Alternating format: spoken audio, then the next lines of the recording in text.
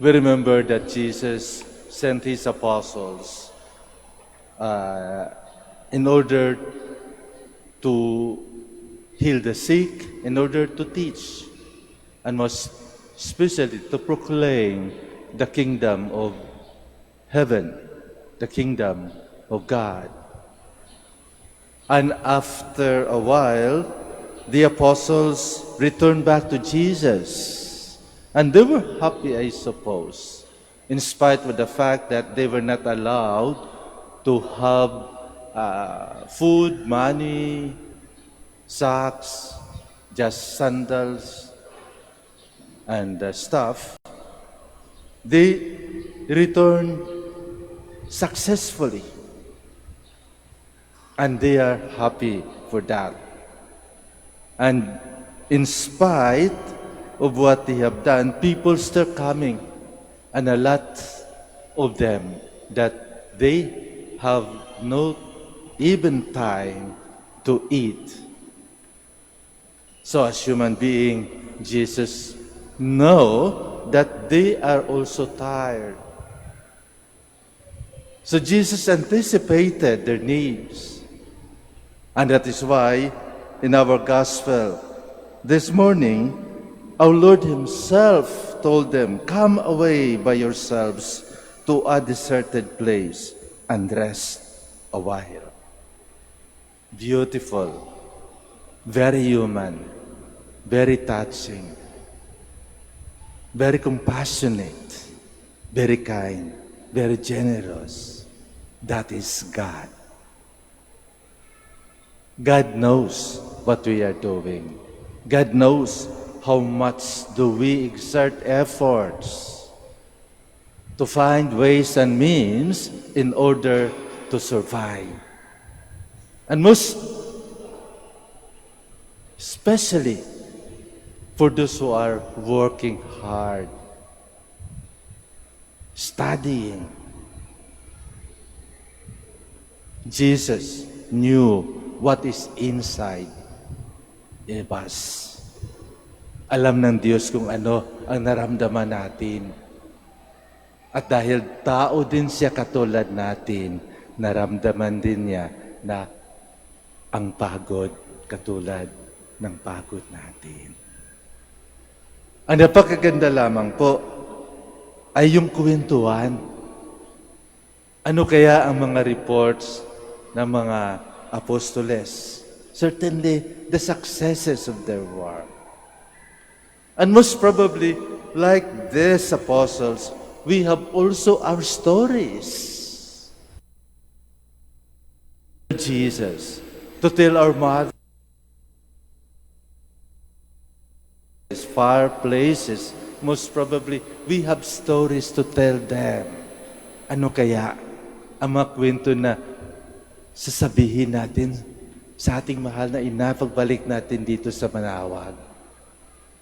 Kung tanungin niyo ako kung anong kwento ko, sinasabi ko sa kanya pagdating ko dito,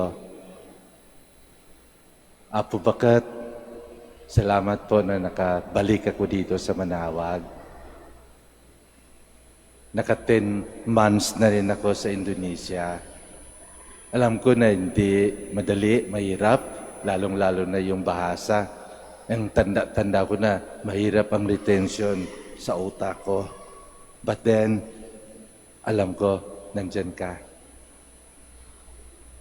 Then when I arrive, I have scheduled in UST for my general check-up. Sabi ko sa kanya, salamat po. At normal naman po ang lahat. Okay naman po ang lahat. Manageable. May gamot.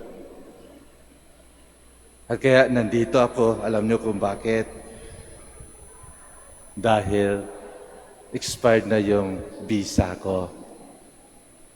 So I am just waiting for the extension of my visa. At tamang-tama, kahapon dumating ang result, ang reply, ang approval ng 2 months visa ko. So I have to go.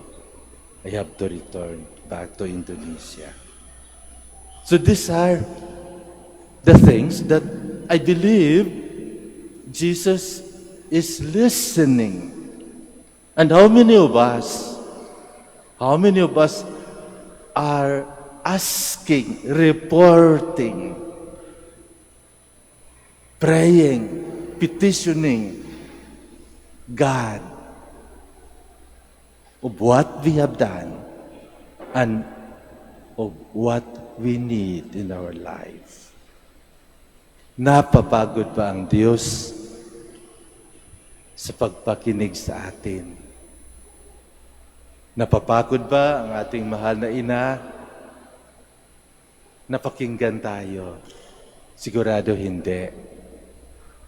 Dahil kahit sa ating Ebanghelyo, in spite of the fact that they were tired when Jesus saw these people, a vast crowd, his heart was moved with pity for them.